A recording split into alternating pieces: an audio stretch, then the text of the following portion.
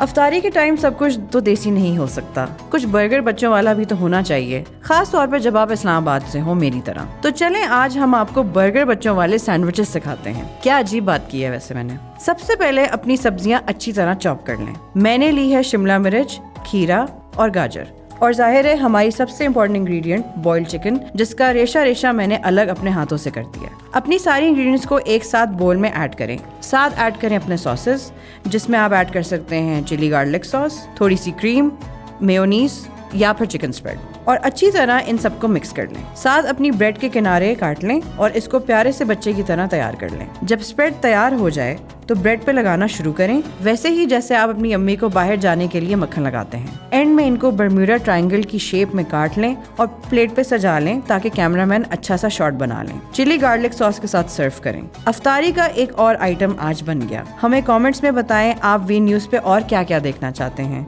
उम्मीद है कि अब तक की रमजान सीरीज आपको पसंद आ रही होगी। मुझे दीजिए इजाजत। वी फूड से मैं हूँ दुआ अफसार।